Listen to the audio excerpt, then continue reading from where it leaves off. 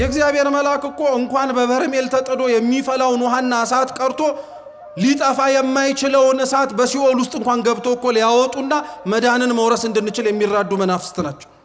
አረ ይሄም አይደነቃችሁ? ሌላ እንኳን ልጨምርላችሁ። እንኳን በሲኦል እሳት ፊት ራሱ እሳት በሆነው በእግዚአብሔር ፊት የሚቆም መልአክ እኮ ነው ገብርኤል። ለዚህ እሳት ያንሳል እንዴ? ሶስቱ ሕፃናት ለገቡበትን እሳት ይሄ መልአክ እኮ ያንስ? በእግዚአብሔር ፊት የሚቆመው ገብርኤል እኮ ፊቱ እሳት፣ ልብሱ እሳት፣ ጀርባው እሳት፣ ጎንዱ እሳት የሆነ መልአክ እኮ ነው። በዛ እሳት ውስጥ ያለ ቆሞ ደግሞ እግዚአብሔር ፊት የሚቆም መልአክ። ስለዚህ ቅዱስ ገብርኤል ከመካከላቸው ወረደ፣ አዳናቸው፣ ድህነትን ፈጸመላቸው። ያዳናቸውን መልአክ ደግሞ በመጨረሻ ያመሰገነላቸው ያየው ናቡከደነጾር አስወጣቸው። ምንም እንዳልተጎዱ ሳይ መልአኩን የላከ የሲድራቅ የሚሳቅ የአብድናጎ አምላክ ይባረካል። በጣም የሚገርም እኮ ነው። ጠላቶች አይተው የሚያመሰግኑት መልአክ ነው ቅዱስ ገብርኤል።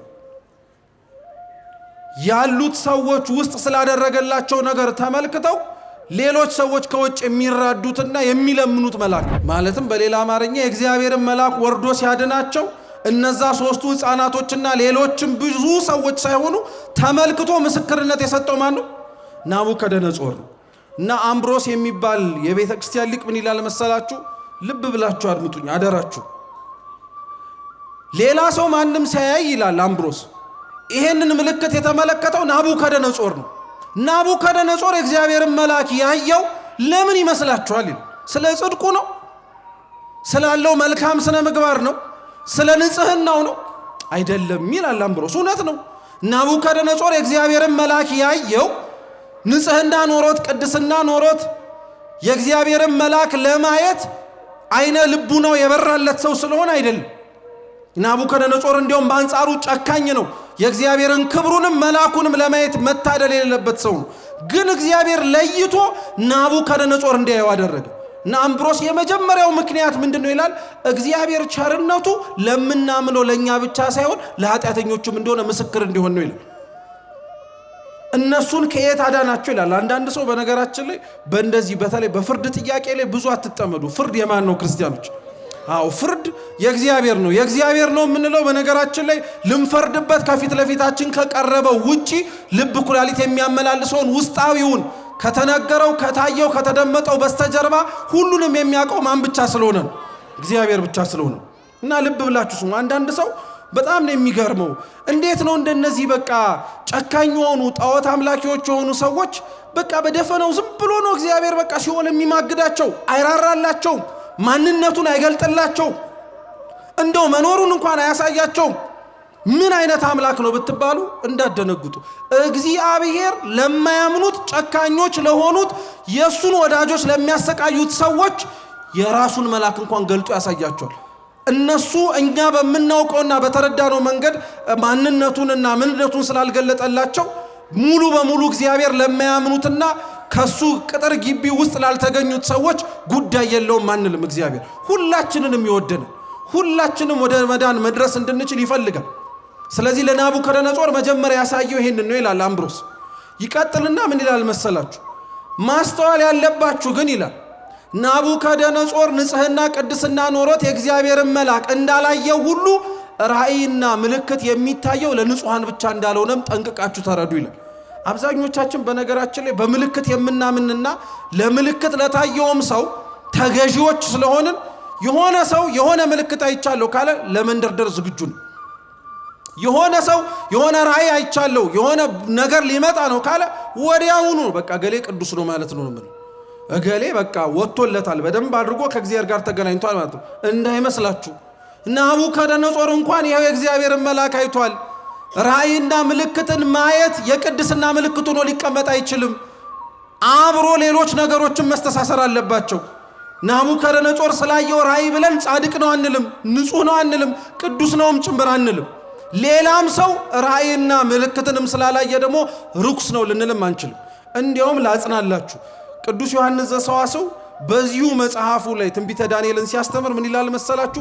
እውነተኛው ተአምርና እውነተኛው ምልክት ሌሎች የሚያዩትን ተአምር ማድረግ ሳይሆን የራስን በደልና ክፋት መመልከት ነው ይላል። ከዚህ የበለጠ ተአምር የለም። የራስን በደል፣ የራስን ክፋት፣ የራስን ነውር በእግዚአብሔር ላይ ያደረከውን አመጽ ከማየት ባለፈ ከሱ የበለጠ ሌላ ተአምር የለም። ሰማይ ልታለጉም ትችላለህ። መሬት ላይ ያለውን ነገር ልታዝ ትችላለህ። የፈለከውን ነገር ልታደርግ ትችላለህ። ራስህን እና በደልህን አውቀ ለእግዚአብሔር ግን ይቅር በለኝ ካላልክ አንተ ምንም አታደርግ፣ ምንም አትረባምም ጭምር። በአንጻሩ ደግሞ ራስህን አይተ ራስህን አውቀ በደለኛነትህን አምነ ከእግዚአብሔር ፊት ማረኝ የምትል ግን ከሆነ ሰማይን ባትገዛ ምድርንም ባታዛት አራዊትም ባይንበረከኩልህ እንዳንተ አይነት ባለጸጋ የለም ይላል ቅዱስ ዮሐንስ። የራሳችንን በደል ለማየት እግዚአብሔር አምላክ ይርዳል። ለእግዚአብሔር ስትታዘዙ ፍቅር ኖሯችሁ ተገዙለት እንጂ የሚያረግላችሁን ውለታ አስባችሁ አትንበርከኩለት ይላል። 3 ደቂቅ ለጣዖቱ ያልሰገዱት እግዚአብሔርን ስለወደዱት ነው እንጂ የሚያወርሳቸው መንግስት ስላለ ያንን አስበው ጥቅም እንዳለባቸውና እንዳይጎልባቸው ተረድተው አይደለም።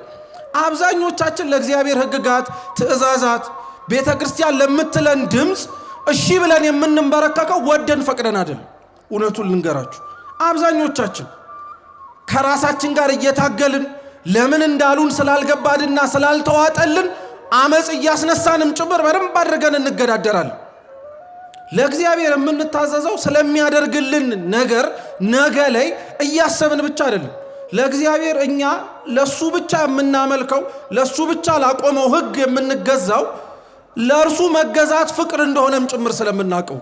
ስለዚህ ክርስቲያኖች ልብ ብላችሁ አድምጡ። ለእግዚአብሔር ስትገዙለት ሊያረግላችሁ የሚፈልገውንና አደርግላችኋለሁ ብሎ ስለተናገረው ነገር እያሰባችሁ አይሁን። እንደዛ ከሆነ ግንኙነታችንም ራሱ የተዛባ ይሆናል። ለምን መሰላችሁ? አብዛኛው ሰው ለምሳሌ ቅዱስ ገብርኤል ብዙዎቻችንም ጭምር የምናውቀው በሀገራችን በጣም ብዙ ሰው ስለት ይሳላል አይደል? እየሰማችሁ ነው። እና ስለት ከተሳለ በኋላ አንድ ሰው እግዚአብሔር ይህን ቢያደርግልኝ እኔም ይህንን አደርጋለሁ ብሎ ይነገራል።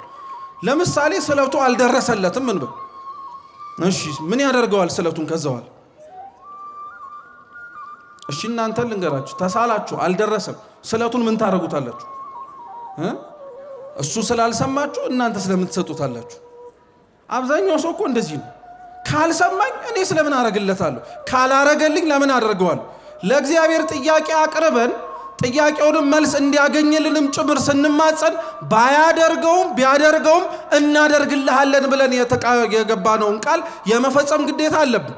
ግን እንድትረዱት የሚያስፈልገው ነጥብ ምን መሰላችሁ? የአብዛኞቻችን ከእግዚአብሔር ጋር ያለን ግንኙነት የከክልል ከክልህ እንደሆነ ነው። ካረገ እናረግለታለን፣ ካላረገስ አናደርግለትም። ለምን እናረግለታለን ራሱ እንላለን። መቼ ቆሞልኝ መቼ ስጠራው ደርሶልኝ እንላለን።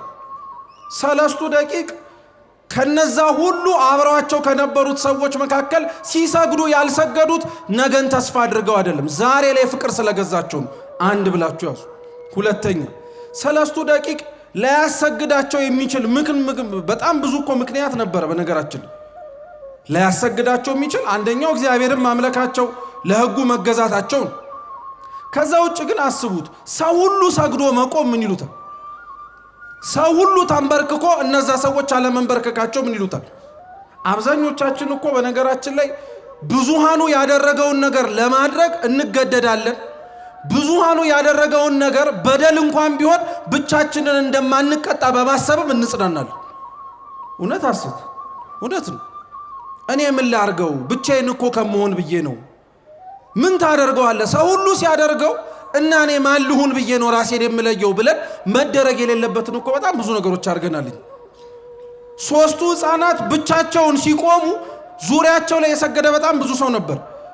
ዙሪያቸው ላይ ከሰገደው ከበጣም ከብዙ ሰው ሊያሰግዳቸው ከሚያስችል ምክንያት ይልቅ ሊያስቆማቸው የሚችለውን አንድ ምክንያት ናዩት። እርሱም ለእግዚአብሔር ብቻ መንበርከክን 3 ደቂቅ ሲመላለሱበትና እነሱም ሲያመሰግኑበት የተመለከት ነው። ያ የሚንቦገቦገው ከሩቅም ጭምር የሚያቃጥለው እሳት የእመቤታችን ምሳሌ ነው። ምስጋና የሚሰማበት በምስጋናው ምክንያት ያለ ጥፋታቸውም ጭምር በወረዱበትና ባሉበት ቦታ ላይ ከእግዚአብሔር ጋር ያላቸውን ፍቅርና ናፍቆትን ተመልክቶ መልአኩን እንደላከላቸው ሁሉ በዚች ምድር ላይ መመላለስ ሳይጠበቅባት ለሰው ልጅ ድህነት ብላ የተመላለሰች ስናያት ስታመሰግን፣ ስትቀመጥም ስታመሰግን፣ ቆማ በህሊናዋም በዝምታ ስታመሰግን ያየናት እሳትን የተሸከመች እሳት ድንግል ማርያም ናት። ለሷ የወረደ መልአክ እንደሆነ የምናውቀው ለዛ ነው። እሺ በሌላ አማርኛ እኛ ለምንድን የምንለዋወጠው? በሉ እስኪ ምን ማለት መሰላችሁ? የሆነ ጊዜ ላይ ትኩስ ነን፣ የሆነ ጊዜ ላይ በራድ ነን፣ የሆነ ጊዜ ላይ ስለ ቅዱስ ገብርኤል ክብር የምንበረከክ ነን፣ የሆነ ጊዜ ሰዓት ላይ ደግሞ ተለምነን የምንመጣ ነን። የሆነ ሰዓት ላይ በንስሐ ህይወት የምንበረታ ነን፣ የሆነ ሰዓት ላይ ንስሐውም የሚያንገሸግሸን ነን። የሆነ ሰዓት ላይ ከእግዚአብሔር ጋር ላንድላቀቅ ሙጥኝ ያልን ሰው እንመስላለን። የሆነ ጊዜ ላይ ደግሞ የምን እግዚአብሔር ነው የምንላለን ሰዎች አኗኗራችንም ይመስላል። እንዲህ አይነቱ ጸባይ የናቡከደነጾር ጸባይ ነው። ናቡከደነጾር ምን አይነት ሰው መሰላችሁ? የሆነ ምልክት ሲያይ፣ የሆነ መገለጥ ሲመለከት፣ የሆነ ነገር ሲያይ ያምናል፣ ወዲያውኑ ይደነግጣል። ልክ ያቺ ምልክት፣ ያቺ መገለጥ፣ ያቺ ያያት ነገር ግን ከፊቱ ስትሰወር ወደ ቀደመው ነገሩ ይመለሳል። ስንቶቻችን እኮ እግዚአብሔር ድረስልን ባልንበት ጊዜ ላይ የእግዚአብሔርን መልአክ ጠርተነው ፊት ለፊታችን ቆሞ በተራዳን ጊዜ ላይ ባመሰገንበት ቅጽበት ደሞ ጠርተነው ሲዘገይብን ወይንም ደግሞ እውነተኛው ሰዓትና ጊዜ መጥቶ እስከሚሰራ ድረስ እኮ ያልጠበቅን ሰዎች ነው። አቋማችን የሚለዋወጠው ያለንበት ቦታ ላይ ጸንተን በችግርም በመከራ በደስታም በሐዘንም የማንገኝበት ምክንያት የሆነ ነገር ካላየን፣ የሆነ ነገር ያየነውን ምልክት ተደጋጋሚ ካልተገለጠልን በቀር የምንንገሸገሽ ወይንም ደግሞ ጸንተን የማንቆም ሰዎች ስለሆነ ነው። የዛሬውም ታሪክ የዛሬውም በዓል ዋነኛው ዓላማው በነገራችን ላይ እሱ ዋነኛው ነገር እሱ ነው። የናቡከደነጾር ያየው የእግዚአብሔር መልአክ ለጥቂት ጊዜ ታየው፣ ከዛ በኋላ ተሰወረው። ዛሬ ለኔና ለእናንተ እኮ እግዚአብሔር መኖሩን ከኛ መካከል እኮ ገልጦ ያሳየን እኮ ቤተ መቅደስ ውስጥ በሚበላው ስጋና ደሙ። እንዴት እግዚአብሔር የሰጠውን ቅዱስ ስጋውን ክቡር ደሙን ሰው እየተመለከተ የለም ብሎ ይክዳል? ብትኖር እኮ ብለን እንጠራጠረዋለን። የት አለህ ብለንስ ጭምር እንወቅሰዋለን። እንዴ እግዚአብሔርን የት አለህ ብለን እንደምንጠይቀው ክርስቲያኖች እኛ የት አለን ብለን ራሳችንን እንጠይቅ።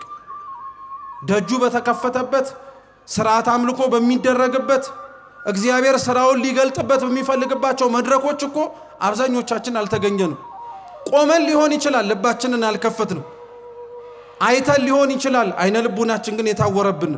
ሰምተን ሊሆን ይችላል፣ ጆሮአችን ግን የደነቆረብን፣ እዝነ ልቡናችን ያልተከፈተልን። ስለዚህ እግዚአብሔር የት አለ ብለን አንጠይቅም። እኛ የት አለን ብለን የምንጠይቅ ለእግዚአብሔር የት መሆናቸውን የተመለከቱትን 3 ደቂቃን ስታዩ ይሄን ትዝ ይበላችሁ።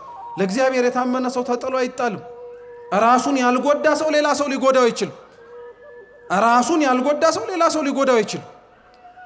እንደዛ 3ቱ ወጣቶች ተንበርክከው ቢሆን ኖሮ ለቆመው ምስል ሰግደው ራሳቸውን አዋርደው ቢሆን ኖሮ ራሳቸውን ስለጎዱ ሌላም የበለጠ ጉዳት ይደርስባቸው ነበር። ዛሬም እግዚአብሔር የታለ የለም እያለን የምንናገር ሰዎች እሱ ሳይኖር ቀርቶ ሳይሆን ራሳችንን የጎዳነውን ጉዳት ጠላት ተመልክቶ ይበልጥ እየጎዳን ስለሆነ ነው።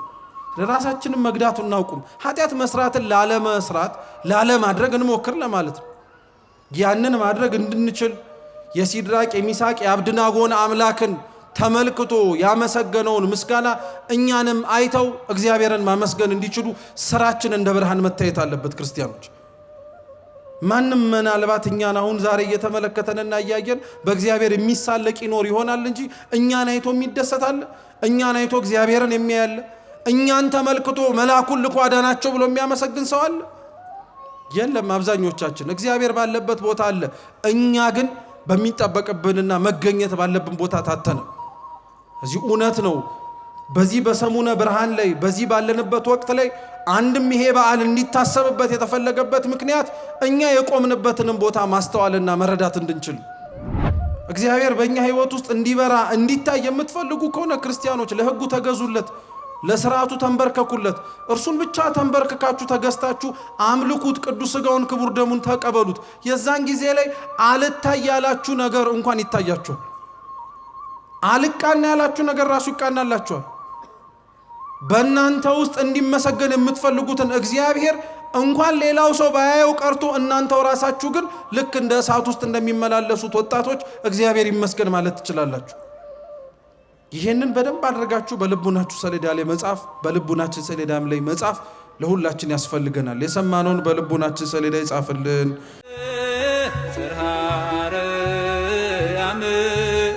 ክብርሽ ገናና ነው ለዘላለም። እስኪ መልአኩን የላከ በሉ። የአብድናጎ የሲድራቅ የሚሳቅ አምላካቸው ይባረክ። በዚህ ኃይለ ቃል መነሻነት በዛሬው በዓል መነሻ አድርገን እንማራለን። አምላካችን እንዲያስተምረን በድጋሚ እርሱ ቅዱስ ፈቃድ ይሁንልን።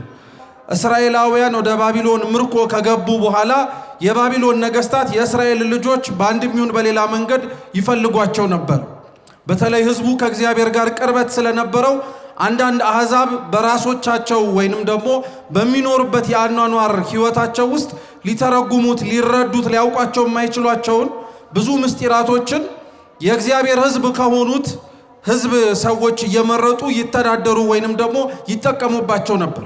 እንደነዚህ አይነቱን ሰዎች በዘመኑ የነበሩት ባቢሎናውያን ጥበበኞች ይሏቸዋል። ምን ይሏቸዋል? እግዚአብሔርን የሚያመልኩ ለእግዚአብሔር የሚገዙ እንደዚህ አይነት ስያሜ አይስጧቸው እንጂ ጠቢባን ብለው ይጠሯቸዋል። እና ዳንኤል ከጠቢባኑ መካከል አንዱ ነበር።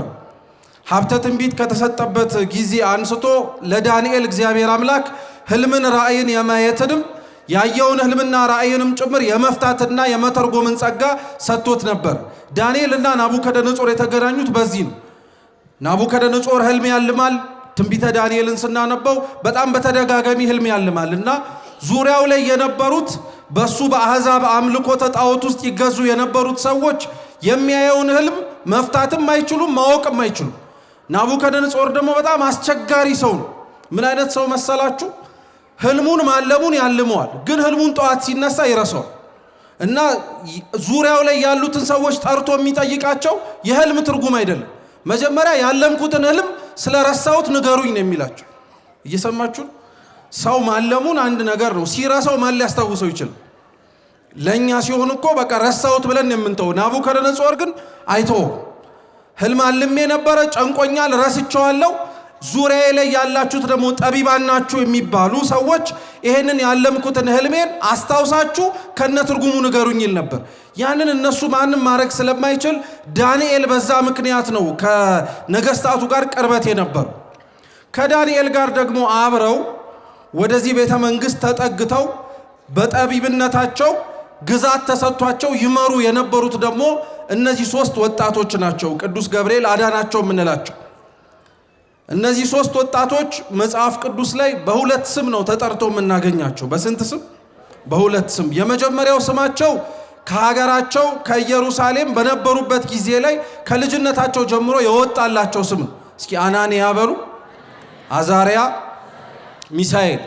እነዚህ ሶስት ስሞች መጀመሪያውኑ ሲወለዱ አብረው የተሰጣቸው ስሞች ናቸው። ግን በባቢሎን ምርኮ እስራኤላውያን ከተገዙ በኋላ እነዚህን ሶስት ሰዎች እንደ ጠቢብነታቸው ወደ ቤተ መንግስቱ ሲያስጠጋቸው ናቡከደነጾር ከነስማቸው እንዲመጡ አልፈለገም ነበር እና ሶስቱንም ስማቸውን ለወጠላቸው። ሲድራቅ፣ ሚሳቅና አብድናጎ አላቸው። በእርግጥ እነሱን ብቻ አይደለም፣ ዳንኤልን ራሱ ስሙን ለውጦታል። ብልጣሶር ብሎ ጠልቶታል። እና እነዚህን ስያሜዎች ያወጡላቸው የነበሩት በነገራችን ላይ ምክንያት አላቸው። የእግዚአብሔር ሰዎች የሆኑትን ቤተ መንግስቱ ውስጥ ልክ ከገቡ በኋላ ስማቸውን የሚለውጡት ማንነታቸውንም አብረው እንዲረሱት ለማድረግ ነው። አብዛኞቹ የወጣላቸው ስም ቀጥታ ከጣዖት አምልኮ ጋር የሚያያዝ ነው። ለምሳሌ ዳንኤል ብልጣሶር ነው የተባለው። ቤል የሚባል በናቡከደነጾር ዘመን በባቢሎናውያን ይመለክ የነበረ ጣዖት ነበር። ብልጣሶር ማለት የቤል የጣዖቱ አገልጋይ ወይም ስጦታ ማለት ነው። እንግዲህ ዳንኤል እኮ ማለት እግዚአብሔር ፈራጅ ነው እኮ ማለት ነው። ከዛ ስም ግን እነሱ የዳጎን ወይንም ደግሞ የቤል ስጦታ አሉት። ሶስቱንም ወጣቶችንም ቀድሞ ይጠሩባቸው ከነበሩበት መጠሪያ ለወጧቸውና የጣዖት ስም ሰጣቸው። ዓላማው ወይንም ደግሞ ስማቸውን የተለወጠበትን ምክንያት ባጭሩ ልንገራችሁ። አንደኛው ስማቸው የተለወጠበት ዋነኛው ምክንያት የገቡበትን ቦታ መምሰል እንዲችሉ ነው። የገቡበትን ቦታ መምሰል እንዲችሉ ነው። እንግዳ የሆነ ስም እግዚአብሔርን ሊያስታውስ የሚችል የሚያመልኩትን አምላክ አሁንም እንዳለ ተስፋ ሊሰጣቸው የሚችል ነገር እንዳይኖራቸው ነው ናቡከደነጾር የሚፈልገው። እና ያ እግዚአብሔርን ሊያስታውሳቸው ከሚችላቸው ነገሮች መካከል አንዱ ስያሜያቸው። አሁን ይሄ ለእኛ ስናስረዳው ለእነዚህ ስም መለወጥ ሩቅ መሰላችሁ እንጂ እናንተ ስንት ስም ነው ያላችሁ? መልሱ እንጂ። አንድ ስም ሁለት ስም ነው ያላችሁ እንጂ። አንደኛው የተጸውዖ ስማችሁ ነው። ማንኛውም ሰው አበበ፣ ከበደ፣ ጫላ የሚላችሁ ማለት ነው። ሁለተኛው ስያሜያችሁ ግን በ40 በ80 ቀን ወደ ቤተ መቅደስ ስትመጡ ቤተ ክርስቲያን የምታወጣላችሁ ስም የለም። እሱ ስም ምንድነው የሚባል? የክርስትና ስም እንለዋለን። አገልግሎቱ ምን ይመስላችሁ? የክርስትና ስም ዋነኛው አገልግሎቱ ከብዙዎቹ መካከል አንዱ እግዚአብሔርን ማስታወስ እንድንችል ስያሜያችንን ስንጠራ ወልደ ማርያም፣ ገብረ ማርያም፣ ወልደ መድህን ምናምን ስንል በእያንዳንዱ መጠሪያ ውስጥ እግዚአብሔርን ማስታወስ እንድንችል ወደ ቤተ መቅደስ የገባንበትን ጊዜ እንዲያቃጭልብን። ለዛ ነው በነገራችን ላይ እንኳን እነ ናቡከደነጾርና የጥንት ጠላቶች ቀርተው ዛሬም መጀመሪያ አንድ ሰው ከቤተ ክርስቲያን ሲኮበልል መጀመሪያ ስሙ ነው የሚጠፋው። የምን የክርስትና ስም ነው? ያለ ስም በቂ ነው ተብሎ ነው የሚታወጅበት።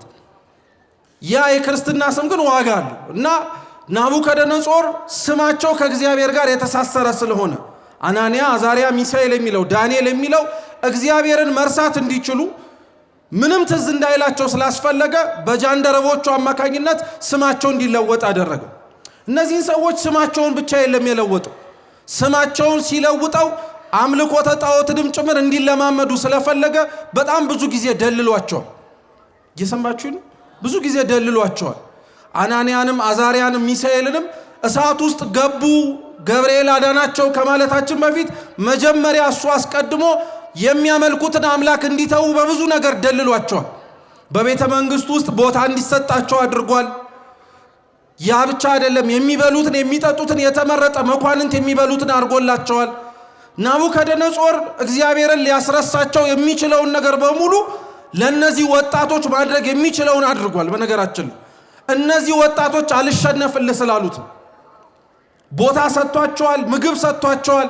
እግዚአብሔርን ሊረሱበት የሚችልበት ስጋዊ የሚባለውን ነገር በሙሉ አድርጎላቸዋል። ዛሬም በነገራችን ላይ ናቡከደነጾር የተባለ ማንኛውም ጠላት ሰውን እግዚአብሔርን እንዲረሳ ከቤተ መቅደስ እንዲርቅ የሚያደርገው እሱ ቤተ መቅደስ መጥቶ የሚጠይቀውን ነገር በመስጠት ነው። ብዙ ሰው ቤተ መቅደስ መጥቶ ከእግዚአብሔር ዘንድ የሚጠይቀው ነገር ምንድን ነው ከተባለ የመጀመሪያው ቦታ ነው። እስኪ ቦታ በሉ። ቦታ ማለት መሬት ላይ የምንኖርበትን ስፍራ ለማለት አይደለም። ትርጉም ያለው ህይወት እርሱና እግዚአብሔር ሊገናኙበት የሚችሉበት ሌላውም ሰውም ጭምር ሊመለከተውና ሊያየው የሚችል ሁላችንም ቦታ እንጠይቃለን።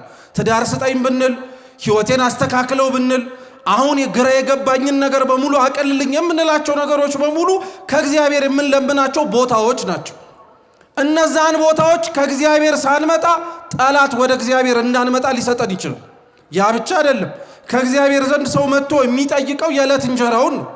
አባታችሁ ነው እንኳን ብለን ስንጸልይ የምን እንጀራችንን ስጠን ነው የምንለው።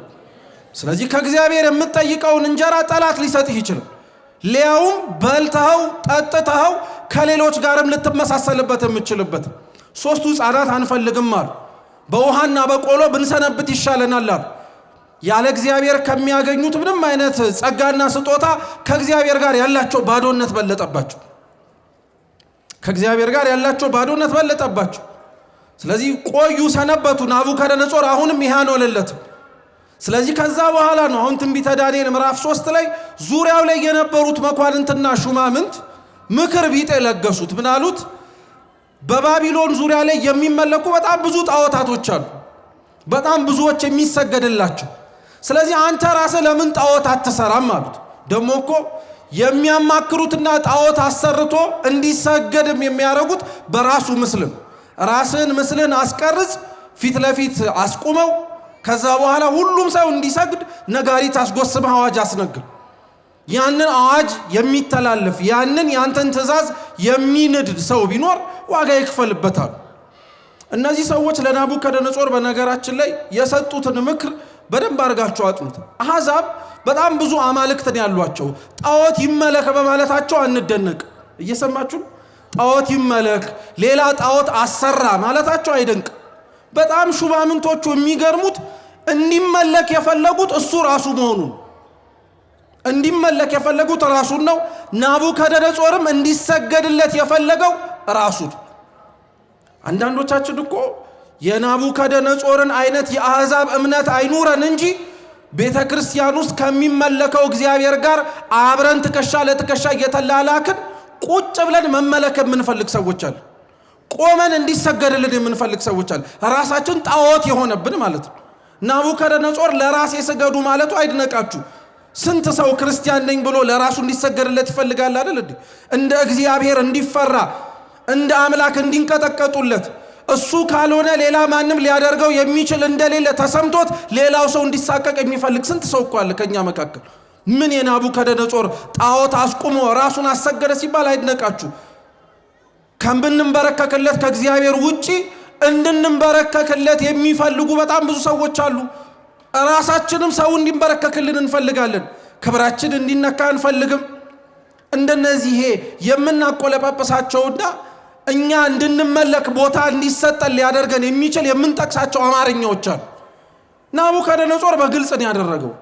የራሱን ምስል አሰራ። ከሌሎች አማልክት ጋር ግራ እንዳይጋባ ለብቻው ሜዳ ላይ እንዲቆም አደረገው። ይሄም እኮ የሚደንቅ ሌላ ነገር ነው። ጣዖት የሚመለክባቸው ቦታዎች አሉ በአሕዛብ ዘንድ። የናቡከደነጾር ጣዖት ግን የቆመው የራሱን ምስል ያቆመው ከከተማ ወጣ ብሎ ነው። ከምን ወጣ ብሎ? ለምን እንደሆነ ታውቃላችሁ? ከሌሎች ጣዖታት ጋር አብሮ ሲቆም ክብሩ እንዳይለካካበት ማለት ነው። ለብቻው ተገንጥሎ እንዲመለክ ነው የሚፈልግ። ለብቻው ተገንጥሎ እንዲታይ ነው የሚፈልግ። እሱን አንድ ብላችሁ ያዙልኝ። ሁለተኛ ናቡከደነጾር ሰው ነው። ይሞታል አይሞትም? መልሱ እንጂ። አምላክስ ይሞታል አይሞትም?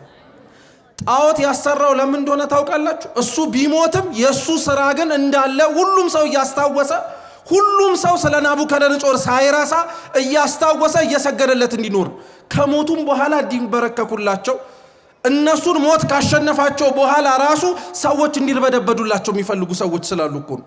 ክርስቶስ በነገራችን ላይ በቅዱሳት መጽሐፍ ተጽፎ የምናገኛቸው ማናቸውም ታሪኮች ለትላንትና ታሪክ ማስታወሻዎች ብቻ ሳይሆኑ ዛሬ እኛ የምንኖረውን አኗኗር ራሳችንን እንድንፈትሽም ጭምር በር የሚከፍቱ ናቸው። ናቡከደነጾር መረሳት ስላልፈለገ ነው ራሱን ማስመለክ የፈለገው። ማን መረሳት በነገራችን ላይ ይፈልጋል? ሁላችንም በየፊናችን የምንደክመው የምንወጣው የምንወርደው ቢያንስ ህዝብ ባያስታውሰን ሰው እንዲያስታውሰን ስለምንፈልግ እኮ ነው። ወላጅ በልጆቹ ህሊና ተቀርጾ መቅረት ይፈልጋል። ልጆችም በወላጆቻቸው ህሊና ተቀርጸው መቅረት ይፈልጋሉ። አንዳንዶች ደግሞ ከሚኖሩበት ቤትም ወጥተው ማህበረሰብ እንዳይረሳቸው ይፈልጋሉ። ሌሎችም ሀገር ዓለም እንዳይረሳቸው ይፈልጋሉ። መረሳትን አለመፈለግ ክፉ ላይሆን ይችላል። መረሳትን ለማግኘት ሰው እንዳይዘነጋን ብሎ ግን እኛ ራሳችን የእግዚአብሔርን ክብር ነጥቀን መውሰድ ግን እሱ ሌላ ነገር። አብዛኞቻችን ሰው እንዲረሳን አንፈልግም። አብዛኞቻችን ሰው እንዲዘነጋን አንፈልግም። አብዛኞቻችን ሰው እነማን ነበሩ ብሎ እንኳን እኛን ስማችንን ራሱ እንዲዘነጋው አንፈልግም። እውነት እንድትረሱ የማትፈልጉ ከሆነ ክርስቲያኖች ለእግዚአብሔር ብላችሁ ኑሩ። ናቡከደነጾር መጽሐፍ ቅዱስ ላይ ዳንኤል ታሪኩን ባይጽፈው እኮ ኖሮ የት እናውቀው ነበር? እሱ ጣዖት አምልኮ እንዳልረሳ ብሎ ያለፈ አንድ ሰው ነበር። ለማስተማሪያ እንዲሆን ዳንኤል ስለጻፈው ነው ዛሬ ስሙን እያነሳን የምናወራው። አናንያ፣ አዛርያ፣ ሚሳኤል አምልኩኝ ብለው መች ጣዖት አስበው ቆሙ? እንዲያውም የሚመለከው እግዚአብሔር ክብሩ እንዳይጓደልበት ብለው እሳት ውስጥ ገቡ እንጂ። እነሱን እስከ ዛሬ እናስታውሳለን። እነሱን እስከ ዛሬ ድረስ እናከብራለን። ራሳቸውን እንዳይረሱ ብለው ከእግዚአብሔር የራቁትን ግን እንዘነጋቸዋል። ስለዚህ ሹማምንቱ ራስን አስመልክ አሉት። አስቆመ ጣዖት። ሁሉም ሰው እየመጣ መስገድ ጀመረ። ሶስቱ ወጣቶች ግን አንሰግድም አሉ። በጊዜው የነበሩት መኳንንት ሹማምንት ለነሱ ሰርግና ምላሽ ነው።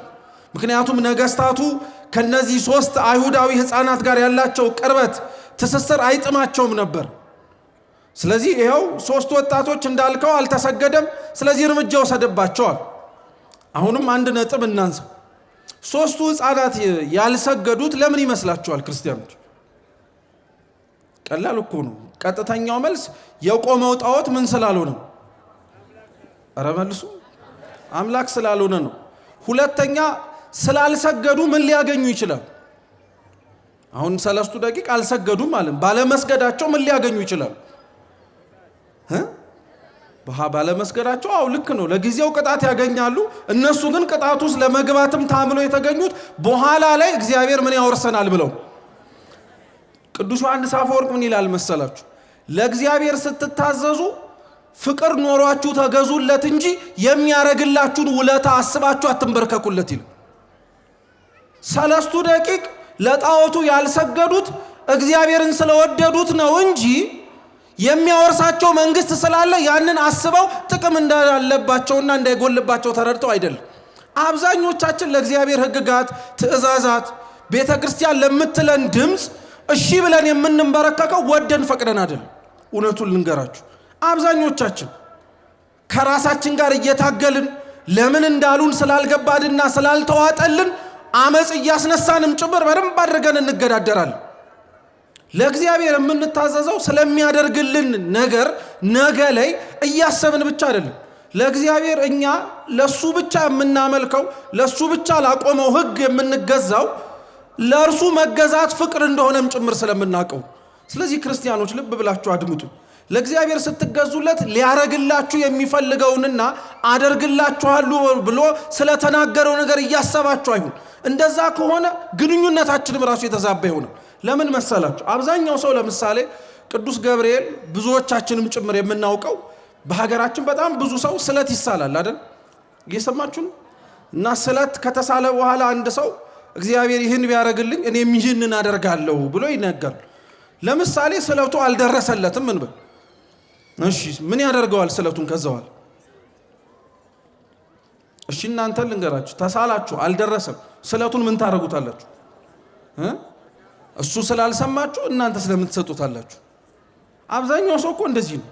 ካልሰማኝ እኔ ስለምን አደርግለታለሁ? ካላረገልኝ ለምን አደርገዋለሁ? ለእግዚአብሔር ጥያቄ አቅርበን ጥያቄውንም መልስ እንዲያገኝልንም ጭምር ስንማጸን ባያደርገውም ቢያደርገውም እናደርግልሃለን ብለን የገባነውን ቃል የመፈጸም ግዴታ አለብን። ግን እንድትረዱት የሚያስፈልገው ነጥብ ምን መሰላችሁ? የአብዛኞቻችን ከእግዚአብሔር ጋር ያለን ግንኙነት የከክልል ከክልህ እንደሆነ ነው። ካረገ እናረግለታለን፣ ካላረገስ አናደርግለትም። ለምን እናረግለታለን ራሱ እንላለን። መቼ ቆሞልኝ መቼ ስጠራው ደርሶልኝ እንላለን። 3 ደቂቅ ከነዛ ሁሉ አብረዋቸው ከነበሩት ሰዎች መካከል ሲሰግዱ ያልሰገዱት ነገን ተስፋ አድርገው አይደለም፣ ዛሬ ላይ ፍቅር ስለገዛቸው ነው። አንድ ብላችሁ ያዙ። ሁለተኛ 3 ደቂቅ ላያሰግዳቸው የሚችል በጣም ብዙ እኮ ምክንያት ነበረ። በነገራችን ላያሰግዳቸው የሚችል አንደኛው እግዚአብሔርን ማምለካቸው ለሕጉ መገዛታቸው ነው። ከዛ ውጭ ግን አስቡት፣ ሰው ሁሉ ሰግዶ መቆም ምን ይሉታል? ሰው ሁሉ ተንበርክኮ እነዛ ሰዎች አለመንበርከካቸው ምን ይሉታል? አብዛኞቻችን እኮ በነገራችን ላይ ብዙሃኑ ያደረገውን ነገር ለማድረግ እንገደዳለን። ብዙሃኑ ያደረገውን ነገር በደል እንኳን ቢሆን ብቻችንን እንደማንቀጣ በማሰብም እንጽናናለን። እውነት አስት እውነት ነው። እኔ ምን ላርገው ብቻዬን እኮ ከመሆን ብዬ ነው።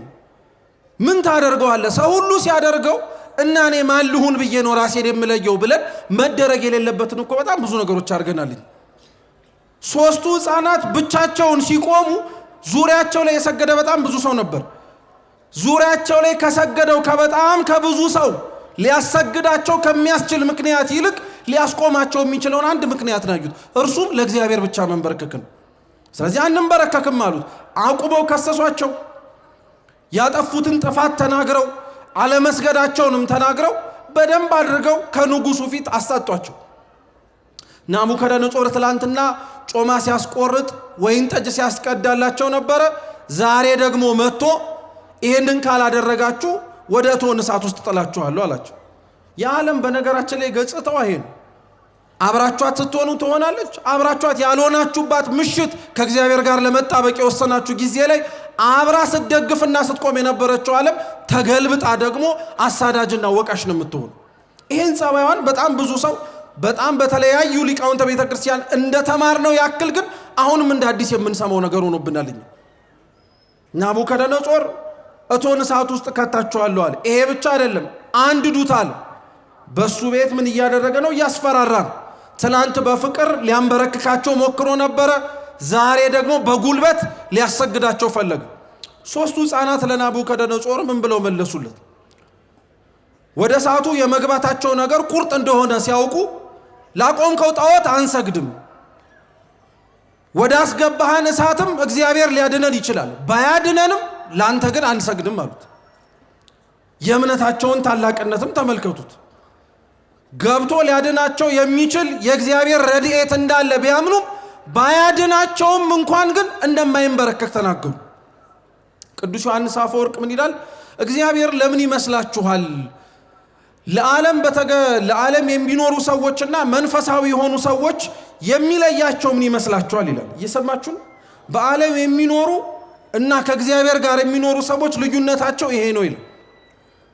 በዓለም የሚኖሩ ሰዎች እግዚአብሔርን የሚገዙለት ስለሆነና ስለተገዙለት እሱም ደግሞ በጭንቅና በችግራቸው ጊዜ ላይ ፈጥኖ እንዲደርስላቸው ይፈልጋሉ ይላል። መንፈሳዊ የሆኑ ሰዎች ግን ስለ እግዚአብሔር ብለውና ከእግዚአብሔር ጋር አብረው ስለኖሩ በችግራቸው ጊዜ ላይ እንኳን እግዚአብሔር ባይደርስላቸው ያልደረሰላቸው እግዚአብሔር የማይደርስ አምላክ ስለሆነ ሳይሆን እነሱን በዛ ውስጥ እንዲያልፉ ስለፈለገ ነው ይላል። አብዛኞቻችን ስለ እግዚአብሔር አብረን ስለቆምን ከእርሱ ከቤተ መቅደሱ ስላልታጣን የሚጠበቅብንን በምንችለው አቅም ስላገኘን እግዚአብሔር በጠየቅነው ልክ ስላልተገኘልን በጠራነው ልክ አቤት ብሎ ጆሮ ስላልሰጠን ያላየን የሚመስለን እኮ አለን።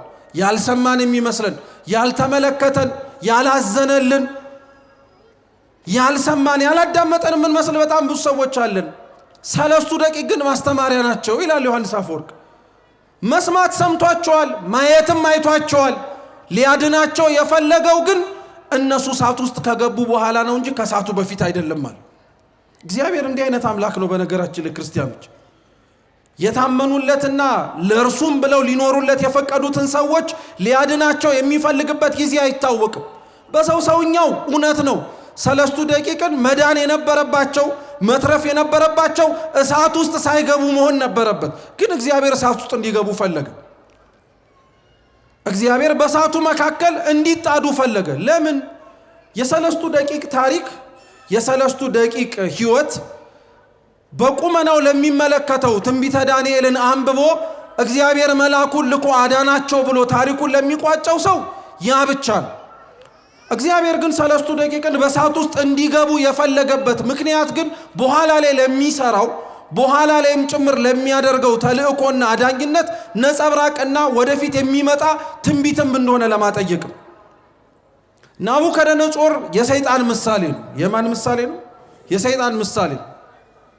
ናቡከደነጾር የራሱን ምስል አሰርቶ ካልሰገዳችሁልኝ ካላመለካችሁኝ እሳት ውስጥ ጥላችኋለሁ እንዳለ ሁሉ ሰይጣንም ትላንትና የወደቀበት ዛሬም ጭምር ሰይጣን ሆኖ የተገኘበት ከኔ ውጪ ሌላ አምላክ የለም የሚለው አመለካከቱ ለእርሱ ላልተገዙት ለእርሱ ላልተንበረከኩት ሰዎች ሰይጣን እኮ ሲኦል አስገባቸዋል ይላል። እና በጣም ነው የሚገርመው። አንዳንድ ሰው ሰይጣን ሲኦል የሚያስገባው የሚመስለው አለ፣ ሰይጣን ሲኦል ውስጥ የሚቀጣውም ሰው የሚመስለው አለ።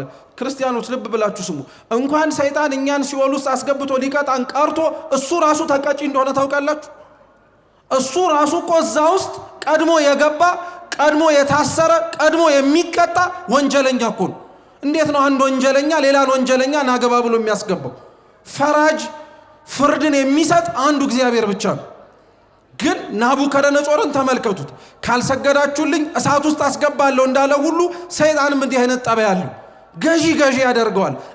አምላክ የመሰለ ይመስለው። ስለዚህ እሳቱ የሲኦል ምሳሌ ነው። ምንም ሳያጠፉ ምንም ሳይበድሉ ለናቡከደነጾር ባለመታዘዛቸው እነዚህ ሕፃናት ወደ እሳቱ እንደተጣሉ ሁሉ ወደ እሳቱ የተጣሉት ለሰይጣን ላቀረበላቸው ጥያቄ ሁሉ አንገዛም ብለው ወደ ሲኦል የገቡ የቅዱሳን ነፍሳት ምሳሌ ናቸው። እሳት ውስጥ ገብተው 3 ደቂቅ አልተቃጠሉ። እሳት ውስጥ ገብተው 3ቱ ሕፃናት ሲመላለሱ ያየነው። እንደዚሁ ሁሉ በንጽህና በቅድስና ሲመላለሱ የነበሩ የእግዚአብሔር ባለሟሎችም ገነት ስለተዘጋችባቸው እውነት ነው ወደ ሲኦል ወርደዋል። ሲኦል ውስጥ ገብተው ግን የሲኦል እሳትና ወላፈን አልነካቸውም። የእግዚአብሔር ረድኤት ጠባቆት ስለነበረ ያንን እንድናይ ነው 3 ደቂቅን እሳት ውስጥ ሳይገቡ እሳት ውስጥ ሳይቀርቡ እንዲድኑ ያልፈለገው እግዚአብሔር። ይህን ነጥብ ያዙ። ቀጣይ ተያዙ፣ ወደ እሳቱ አስገባቸው ተብለው ተላኩ። ወደ እሳቱ ሊያስገቧቸው በሄዱበት ጊዜ ላይ እሳቱ ጋር ሊወስዷቸውና ሊያስገቧቸው የነበሩት ሰዎች እነሱን እሳቱ ውስጥ ከጣሏቸው በኋላ እነሱ በእሳቱ ምክንያት ወይም በእሳቱ ወላፈን ምክንያት ተቃጥለው ሞቱ። ምን ለማለት ነው? መዝሙረ ዳዊት መዝሙር 9 ቁጥር 13 ላይ ምን ይላል መሰላችሁ? እስኪ አብራችሁን በሉ። አሕዛብ በቆፈሯቸው ጉድጓዶች እነሱ ራሳቸው ወደቁ፣ እናቃጥላቸዋለን ብለው በማሱት በራሳቸው እሳት እነማን ተቃጠሉ? ትርጉሙና ጭብጡ ምን መሰላችሁ? ሰውን እጎዳዋለሁ፣ ሰውን ክፉ አደርግበታለሁ ብለህ የቆፈርከው ጉድጓድ ሁሉ አንተ የምትገባበት። ሰውን እጥለዋለሁ፣ አሰናክለዋለሁ፣ ቀድሜው እገኛለሁ፣ እበልጠዋለሁ ብለህ ያጠመድከው ወጥመድ በሙሉ አንተ ተይዘህበት የምትሰቃይበት። ይሄው ምስክር እኮ አቀረብን። እነሱን እናቃጥልበታለን ብለው ያነደዱት እሳት ውስጥ እነሱ አልተቃጠሉም፣ የጣሏቸው ሰዎች ግን ተቃጠሉ። እነሱ ምንም አልሆኑም፣ የጣሏቸው ሰዎች ግን በሕይወትም ጭምር ምስክር ሆነው እንዲተርፉ አልተፈለገም፣ ጠፉ። እግዚአብሔር አምላክ በዛ በእሳት ውስጥ እንዲነዱ ፈቀደ፣ ነደዱ። ሶስቱ ሕፃናት ግን ከዛ ውስጥ ሆነው እግዚአብሔርን ማመስገን ጀመሩ። ምን የሚሉት ነገር ነው እሳት ውስጥ ማመስገን? በነገራችን ላይ ማን እሳት ውስጥ ያመሰግናል? እንኳን እሳት ውስጥ ቀርቶ እኮ እግዚአብሔር አምላክ የሚመሰገንባቸው ቦታዎች በጣም እንግዳ ናቸው። መጽሐፍ ቅዱስ ላይ ስታዩ አንዳንዶች እግዚአብሔርን የአሳ አንበሪ ሆድ ውስጥ ያመሰግኑት ታያላችሁ። አሁን ማን አሳ አንበሪ ሆድ ውስጥ እግዚአብሔር ትዝ ይለዋል? አንዳንዶች እሳት ውስጥ ያመሰግኑታል። ማን እሳት ውስጥ እግዚአብሔር ትዝ ይለዋል? ጉዳዩ የተመሰገነበት ምስጋና ሳይሆን ያመሰገኑባቸው ቦታዎች ናቸው። በነገራችን ዮናስ ያመሰገነበት አሳ አንበሪ ላይመሰገንበት የሚችልበት ቦታ ነው። የሚያስጨንቅ ቦታ ነው። ማን ተጨንቆ እግዚአብሔርን የሚያመሰግነዋል? ማን ተወጥሮና ዙሪያው በሙሉ ገደል ሆኖበት የሚያመሰግናል? ቅዱስ ዮሐንስ አፈወርቅ ለዛ ነው ጨለማው በበዛበት ጥቅጥቅ ሆኖ መንገድ በጠፋበት ጫካ ውስጥ የሚያመሰግን ሰው መውጫ መንገዱን ያያል። እሳት ውስጥ 3 ደቂቅ ሲጣሉ እሳቱን ያበረደላቸው፣ እሳቱንም እንዲቀዘቅዝ አድርጎ ምንም ሳይነኩ እንዲወጡ ያደረጋቸው በእሳት ውስጥ ያቀርቡት የነበረው ምስጋና። አንዳንዶቻችን ካለመረዳትም አንዳንዶቻችን ምን አይነት ውስጡ ያለውን እምብርታንም ጭምር ግንዛቤው ስለሌለንም ጭምር አንዳንድ ወቅቶች የማይመሰገኑባቸውም ይመስለናል። እግዚአብሔርን ከማመስገን ቤተክርስቲያን አቋራጥ አታውቅም። በመከራዎቿ ዘመናት ራሱ በነዛ መከራዎቿ፣ በነዛ ጭንቀቶቿ፣ በነዛ ላይመሰገኑባቸው ይችላሉ በሚባሉባቸው ወቅታት እንኳን ቤተክርስቲያን ታመሰግን ነበር። ለምን? ቅዱስ ባስልዮስ ዘቂሳርያ እንዲህ ይላል፣ ፈተናና መከራ የክርስቲያኖችን ሰውነት የወጣባቸውን አባጣና ጎርባጣ የሚያስተካክሉ መንሾች ናቸው ይላል። ቤተክርስቲያን በመከራ ውስጥ የምታመሰግነው የተጠለልነው ልጆቿ በመጣብን ፈተና ምክንያት ተለስልሰንና ተስተካክለን ለእግዚአብሔር ምቹ የምንሆንበት እድል ስላለን። እውነት ነው፣ በሰው ሰውኛው አያስመሰግንም። በእሳት ውስጥ ማንም አያመሰግንም። በሲኦል ውስጥ እግዚአብሔርን አስተውሶ ስሙን የሚጠራው ማንም የለም። ልበ አምላክ ቅዱስ ዳዊትም ይላል እኮ በሲኦል ማን ያመሰግንሃል ይላል። እውነት ነው፣ በእሳት ውስጥ እግዚአብሔርን ስሙን ማን ሊጠራ ይችላል? በጨነቀው በጠበበ በወጠረው ጊዜ ላይ ያን የሚያደርገው ሰው ግን የእግዚአብሔር ረድኤት የሚቀርበው ሰው። ያመሰገኑትን ምስጋና እግዚአብሔርን የጠሩትን ጥሪ ሲሰማ አምላካቸው ልዑል እግዚአብሔር መልአኩን ላከላቸው። መልአኩን ልኮ ወደ ታች ያወረደላቸው ምስጋና ነው። መልአኩን ልኮ እንዲያድናቸው እሳቱን ያበረደላቸው ምስጋና ነው። በምስጋና ሕይወት ክርስቲያኖች ቸል አንበል። እውነት ነው፣ ሊያስመሰግን የሚችል በጣም ብዙ ነገር አለ። እውነት ነው፣ እግዚአብሔርን ስሙን ጠርተን ክበር ተመስገን ለማለት ከአንገት በላይ ካልሆነ ከውስጣችን ግን ለመጥራት የሚተናንቀን ሰዎች ነን፣ እናውቀዋለን። እውነት ለመናገር ራሱ አባቶቻችን እንዲሁም ደግሞ መርሃ ግብሩን የሚመሩት መሪዎችም ጭምር እልል በሉና አጨብጭቡ ባይሉን እኮ አንዳንዶቻችን ራሱ ደስ ይለን። ምክንያቱም እልል የምንልበት የምናጨበጨብበት ምክንያት ለአንዳንዶቻችን ግልጽ አልሆነልንም። በቃ ምን የሚጨበጨብበት እልል የሚባልበት ህይወት አለኝ ብለን ነው። ግን በግድም ቢሆን እልል በሉ ስንባል እልል የምንለው፣ አጨብጭቡ ስንባል የምናጨበጭበው በችግር ውስጥ ምስጋናን ካለመድን መቼ ልናመሰግን ነው ታዲያ? ምቹ የሆነ ጊዜ ይመጣል ብላችሁ አትጠብቁ። በነገራችን የተስተካከለ ልናመሰግንበት የተገባ የሆነ ጊዜ ይመጣል አትበሉ። እንዲያውም ልናመሰግንበት የሚገባው ምቹ ጊዜ አሁን፣ እንዲያውም የእግዚአብሔርን ስም እየጠራን ማመስገን ያለብን ጊዜ አሁን ነው። እንደዛ ሲባል ክርስቲያኖች መከራውን፣ ጭንቁን፣ እሳቱን ረስተነው እኮ አይደለም።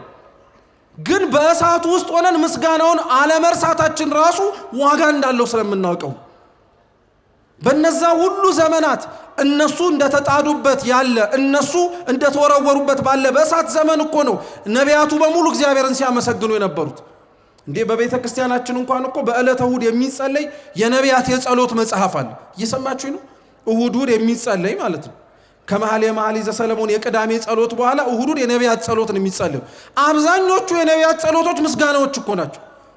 ያ እሳት በሆነበት ወደ ሲኦል በሚወርዱበት ብርሃንን ሳይሆን ጨለማን የተጎናጸፉበትና ሲኦል መውረዳቸው መቃብር መግባታቸው በጣም በሚያስጨንቅበት ዘመን ላይ ነቢያት እግዚአብሔርን በሚለምኑት በዛው ልክ ደግሞ እግዚአብሔርን አብልጠው ያመሰግኑት ነበር። ስለዚህ እንዴት ነው እኛም ማናመሰግነው? ገነት በተከፈተችበት መንግስተ ሰማያት እግዚአብሔር ክፍት አድርጎ በሰጠን ዘመን ላይ እንዲያውም ማመስገን አለብን እንጂ እንዲያውም እንደ 3 ደቂቅ በእሳቱ መካከል ቆመን የእግዚአብሔርን ስም መጥራት አለብን እንጂ። የዛን ጊዜ እንዳልኳችሁ የእግዚአብሔር መልአክ ይወርድ። ናቡከደነጾር ሌላው የሚገርመው ነገሩ እነዚህ ሕፃናት በሚያመሰግኑበትና እነዚህ ሕፃናት በእሳቱ መካከል የእግዚአብሔርን ስም በሚጠሩበት ጊዜ ላይ አራተኛ ሆኖ ወርዶ ከነሱ ጋር ሲመላለስ ያየው ብቸኛው ሰው ናቡከደነጾር ማን ነው አልኳችሁ? አረ መልሱ። ያረዘመባችሁ ስሙ እስኪ ንጉሱ። እሺ በሉ እንጂ ንጉሱ ብቻ ነው ያየው። ማለትም በሌላ አማርኛ የእግዚአብሔርን መልአክ ወርዶ ሲያድናቸው እነዛ 3ቱ ሕፃናቶችና ሌሎችም ብዙ ሰዎች ሳይሆኑ ተመልክቶ ምስክርነት የሰጠው ማን ነው? ናቡከደነጾር ነው። እና አምብሮስ የሚባል የቤተ ክርስቲያን ሊቅ ምን ይላል መሰላችሁ? ልብ ብላችሁ አድምጡኝ አደራችሁ።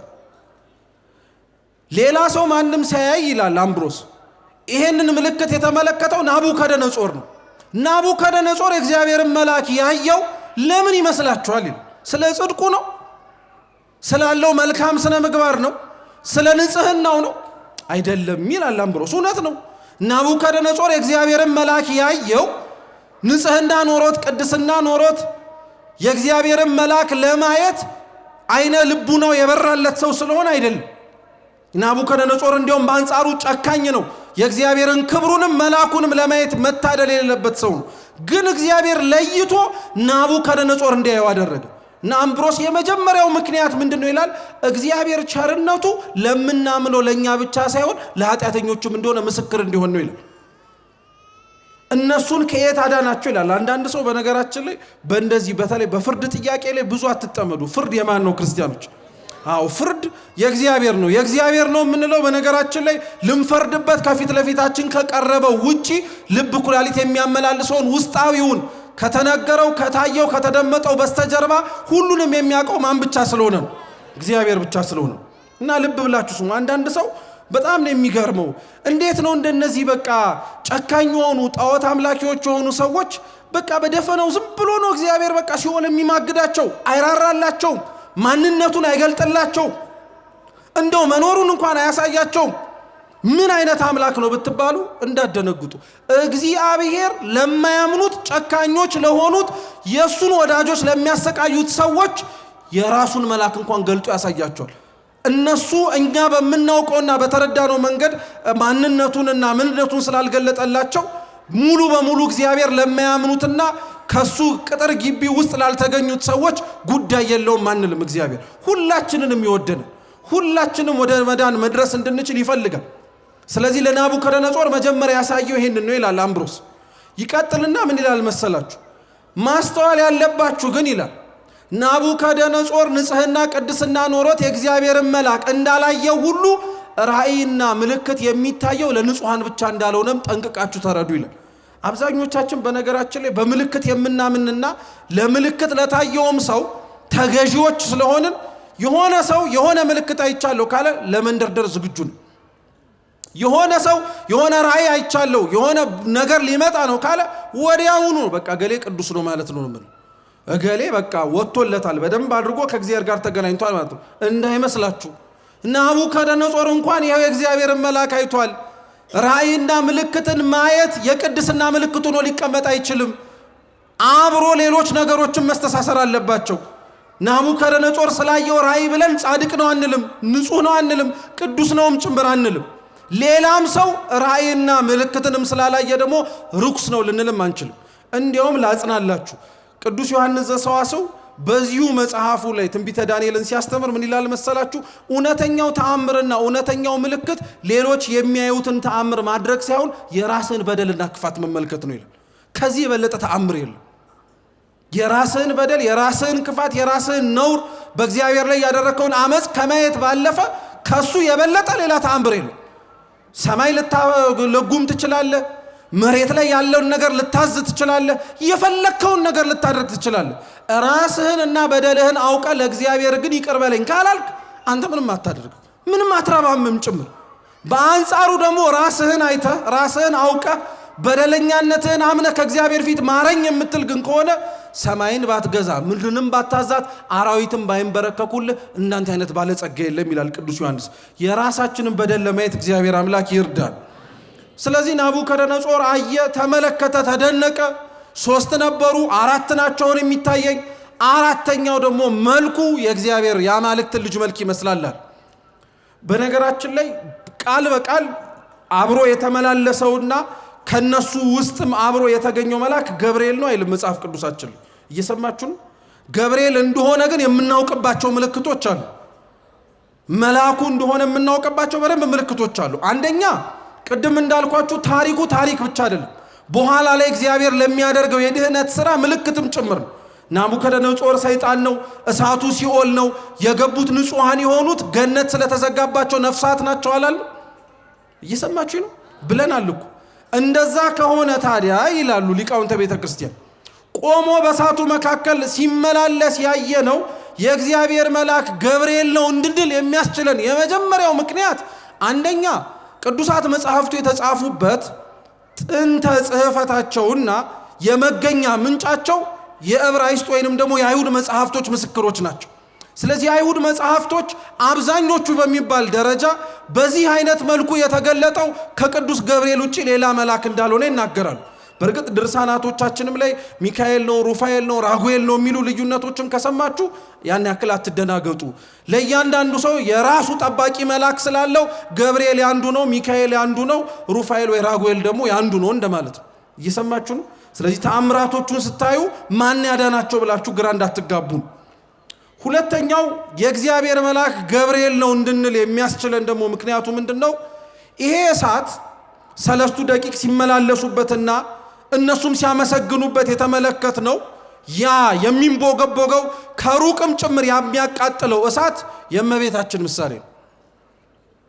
ምስጋና የሚሰማበት በምስጋናው ምክንያት ያለ ጥፋታቸውም ጭምር በወረዱበትና ባሉበት ቦታ ላይ ከእግዚአብሔር ጋር ያላቸውን ፍቅርና ናፍቆትን ተመልክቶ መልአኩን እንደላከላቸው ሁሉ በዚች ምድር ላይ መመላለስ ሳይጠበቅባት ለሰው ልጅ ድህነት ብላ የተመላለሰች ስናያት ስታመሰግን፣ ስትቀመጥም ስታመሰግን፣ ቆማ በህሊናዋም በዝምታ ስታመሰግን ያየናት እሳትን የተሸከመች እሳት ድንግል ማርያም ናት። ለሷ የወረደ መልአክ እንደሆነ የምናውቀው ለዛ ነው። አንዳንዶቻችን ደግሞ በዚሁ ልንገራችሁ የእግዚአብሔር መላእክት ያላቸውንም ተልእኮ በደንብ ጠንቅቀን እንመልከቱ። በጣም ትልቅ ነገር አይምሰላችሁ። በነገራችን ላይ የእግዚአብሔር መላእክት እሳት ወርደው ጸጥ አረጉ ሲባል ይሄ ምድራዊ እሳት ምን ዋጋ አለው? በነገራችን ላይ ይሄ የሚነደው እሳት እኮ የሆነ ሰዓት ላይ እንጨት መማገድ ሲያቆምበት እኮ ይከስማል፣ ወይ ውሃ ስትሸልሱበት እኮ ይጠፋል፣ ጭስ ሆኖ ያበቃል ማለት ነው። የእግዚአብሔር መልአክ እኮ እንኳን በበርሜል ተጥዶ የሚፈላውን ውሃና እሳት ቀርቶ ሊጠፋ የማይችለውን እሳት በሲኦል ውስጥ እንኳን ገብቶ እኮ ሊያወጡና መዳንን መውረስ እንድንችል የሚራዱ መናፍስት ናቸው። አረ ይሄም አይድነቃችሁ። ሌላ እንኳን ልጨምርላችሁ። እንኳን በሲኦል እሳት ፊት ራሱ እሳት በሆነው በእግዚአብሔር ፊት የሚቆም መልአክ እኮ ነው ገብርኤል። ለዚህ እሳት ያንሳል እንዴ? 3 ሕፃናት ለገቡበትን እሳት ይሄ መልአክ እኮ ያንስ። በእግዚአብሔር ፊት የሚቆመው ገብርኤል እኮ ፊቱ እሳት፣ ልብሱ እሳት፣ ጀርባው እሳት፣ ጎንዱ እሳት የሆነ መልአክ እኮ ነው። በዛ እሳት ውስጥ ያለ ቆሞ ደግሞ እግዚአብሔር ፊት የሚቆም መልአክ። ስለዚህ ቅዱስ ገብርኤል ከመካከላቸው ወረደ፣ አዳናቸው፣ ድህነትን ፈጸመላቸው። ያዳናቸውን መልአክ ደግሞ በመጨረሻ ያመሰገነላቸው ያየው ናቡከደነጾር አስወጣቸው። ምንም እንዳልተጎዱ ሳይ መልአኩን የላከ የሲድራቅ የሚሳቅ የአብድናጎ አምላክ ይባረካል። በጣም የሚገርም እኮ ነው። ጠላቶች አይተው የሚያመሰግኑት መልአክ ነው ቅዱስ ገብርኤል።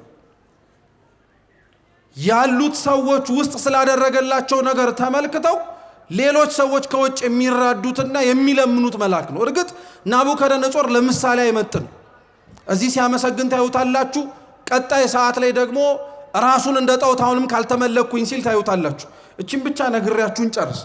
ናቡከደነጾር ለምንድን ነው የሚለዋወጠው የሚለውን ልመልስላችሁ። እስኪ ናቡከደነጾር በሉ ለምንድን ነው የሚለዋወጠው? እሺ በሌላ አማርኛ እኛ ለምንድን ነው የምንለዋወጠው በሉ እስኪ። ምን ማለት መሰላችሁ? የሆነ ጊዜ ላይ ትኩስ ነን፣ የሆነ ጊዜ ላይ በራድ ነን፣ የሆነ ጊዜ ላይ ስለ ቅዱስ ገብርኤል ክብር የምንበረከክ ነን፣ የሆነ ጊዜ ሰዓት ላይ ደግሞ ተለምነን የምንመጣ ነን። የሆነ ሰዓት ላይ በንስሐ ህይወት የምንበረታ ነን፣ የሆነ ሰዓት ላይ ንስሐውም የሚያንገሸግሸን ነን። የሆነ ሰዓት ላይ ከእግዚአብሔር ጋር ላንድላቀቅ ሙጥኝ ያልን ሰው እንመስላለን።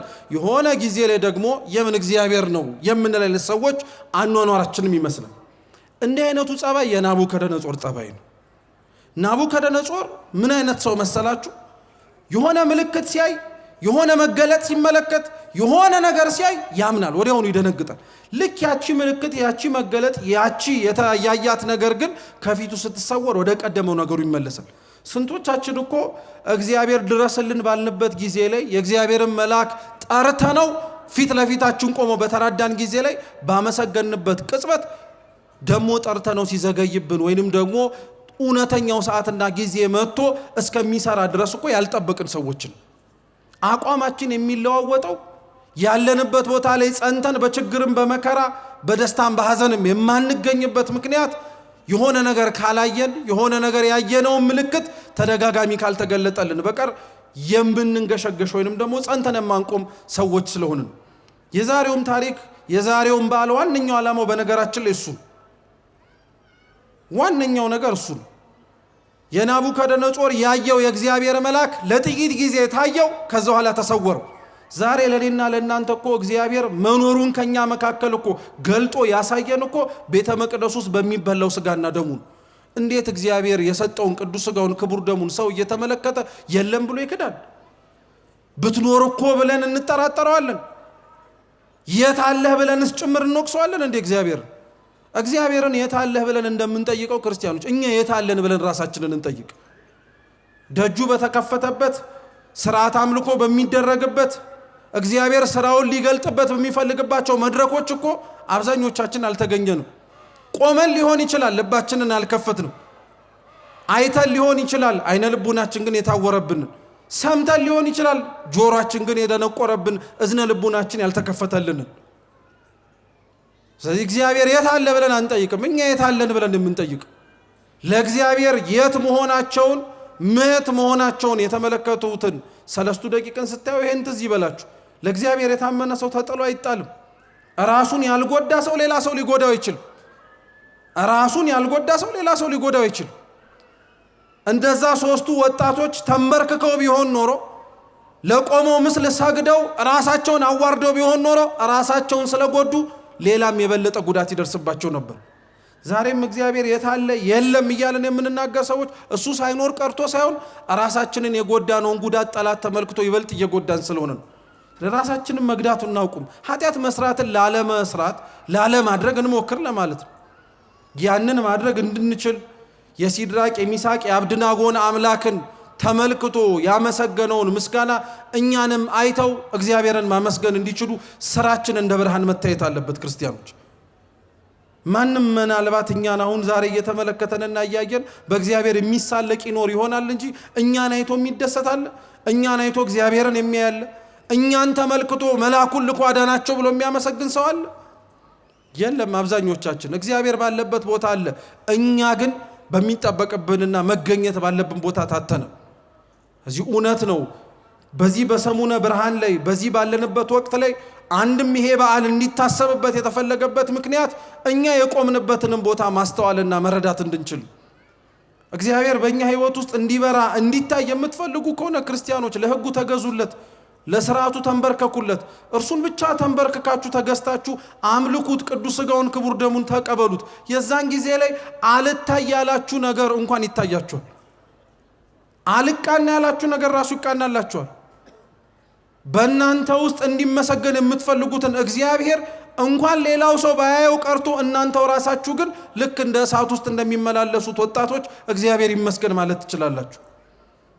ይሄንን በደንብ አድርጋችሁ በልቡናችሁ ሰሌዳ ላይ መጻፍ፣ በልቡናችን ሰሌዳም ላይ መጻፍ ለሁላችን ያስፈልገናል። የሰማነውን በልቡናችን ሰሌዳ ይጻፍልን። በቸርነቱ በምሕረቱ በዓሉን እንድናከብር የረዳን አምላካችን በመልአኩ ምልጃ ሁላችንንም ከሲኦል እሳት አድኖ የእግዚአብሔርን መንግሥት መውረስ እንድንችል እንዲፈቅድልን የእርሱ ቅዱስ ፈቃድ ይሁንልን። ወስብሐት ለእግዚአብሔር።